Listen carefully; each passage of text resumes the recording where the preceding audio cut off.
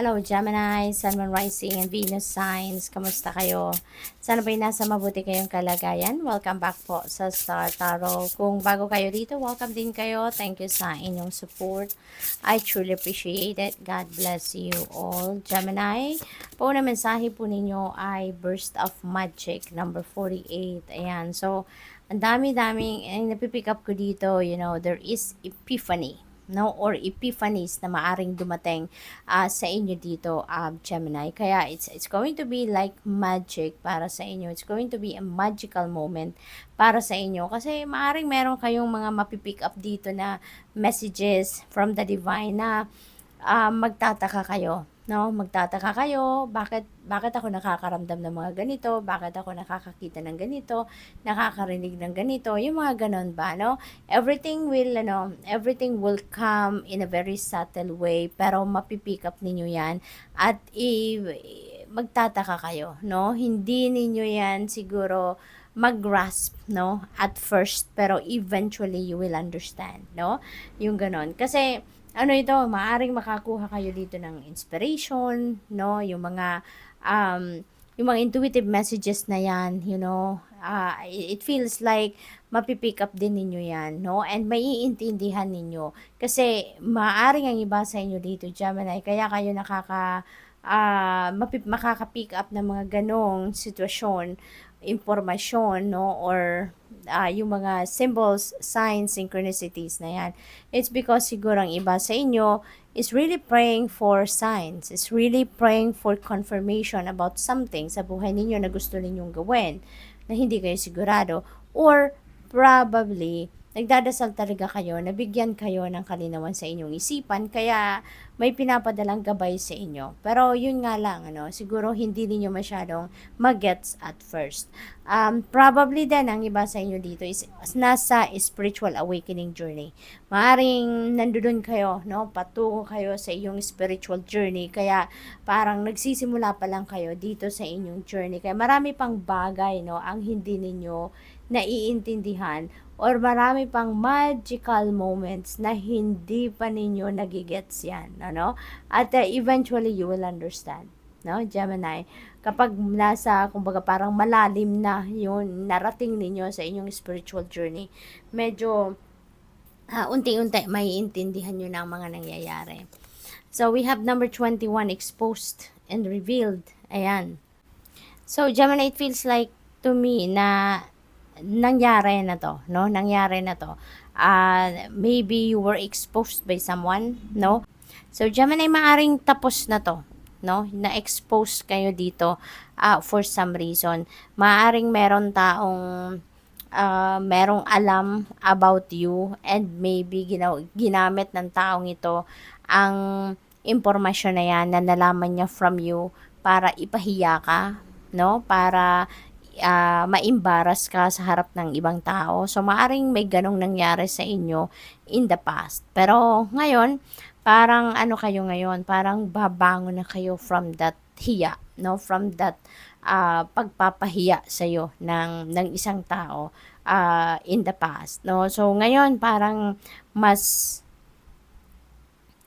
pipiliin ninyo ngayon dito na lumaban, no? At lumaban ng patas, lumaban ng tama. Hindi naman kailangan na gagawa kayo ng violence, but maaaring ang yung laban na nagagawin ninyo dito is for the truth, no? Ipapalabas ninyo dito yung katotohanan, kung ano man yung katotohanan na kailangang malaman ng ibang tao. Yun ang ilalabas ninyo dito, no? Yun ang laban na haharapin ninyo dito. Kasi, 'di ba, yung parang siniraan na kayo in the past, no? Merong mga impormasyon na maaaring alam ng ibang tao about you, tapos dinagdagan pa or binawasan, kaya nagmukha kayong masama or nagmukha kayong hindi mabuti sa pandinig o sa mata ng ibang tao, no? But ngayon, it feels like lalaban kayo. Lalaban kayo dito ng totoo, at ilalabas ninyo kung ano ang katotohanan. So, what else? But of course, this is not going to resonate with everyone, no? So, just take as it resonates. We have willing release. Ayan, you're going to release yourself from being restricted or from being a victim, no? So, sa sitwasyon na to. So, feeling ko related pa rin ito dito sa energy na yan. So, kaya ngayon, yung parang you are going to come out in the open na, no? Na pinahiya kayo noon at naniwala naman siguro ang mga tao sa mga impormasyon na nilabas ng kung sino man.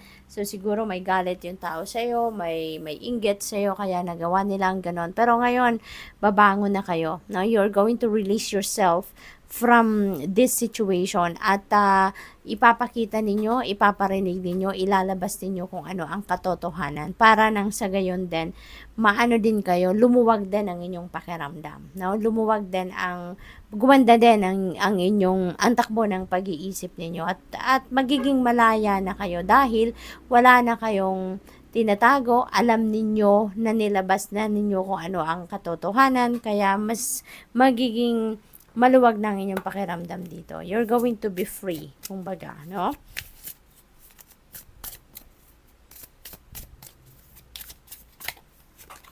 So, we have angel number 0505. Mayroong unexpected shift. Hindi ninyo ito sukat akalain na pagbabago. There is a divine intervention happening dito, no? So, makikialam dito yung divine universe sa inyong sitwasyon para ayusin, para maging maayos at in order na ang iyong sitwasyon. So, sabi dito, this number serves as a gentle nudge to pursue whatever interests you most. Okay?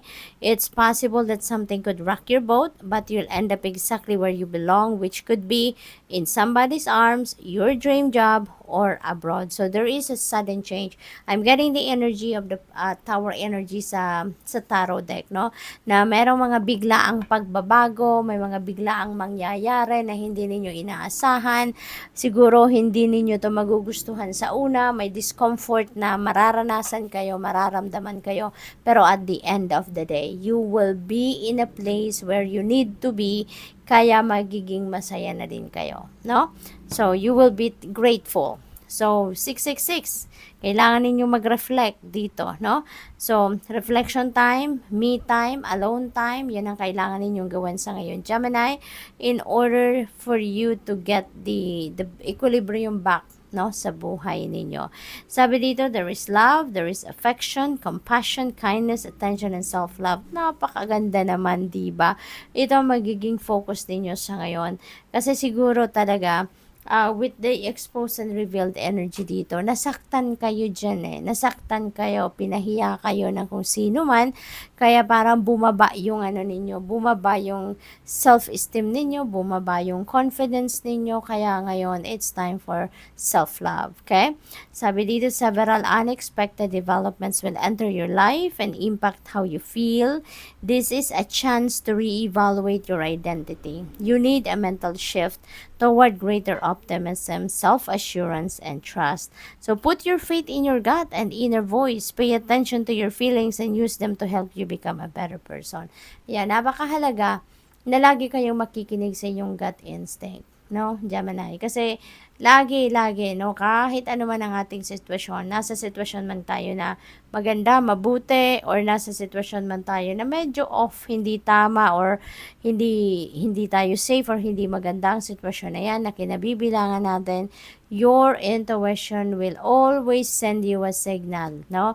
Na kung tama yan, mag-stay ka dyan. Kung hindi, then talagang gagabayan ka, no? Bibigyan ka dito ng panggising na, teka lang, hindi ka pwede dyan, no? Hindi ka safe dyan, yung ganon. Kaya, lagi tayong makinig sa ating intuition, no? Sa inyong gut feel, lagi ninyong papakinggan yan at susundin ninyo. Kasi hindi ka niyan dadalhin sa masama, no? It will always lead you to the right path.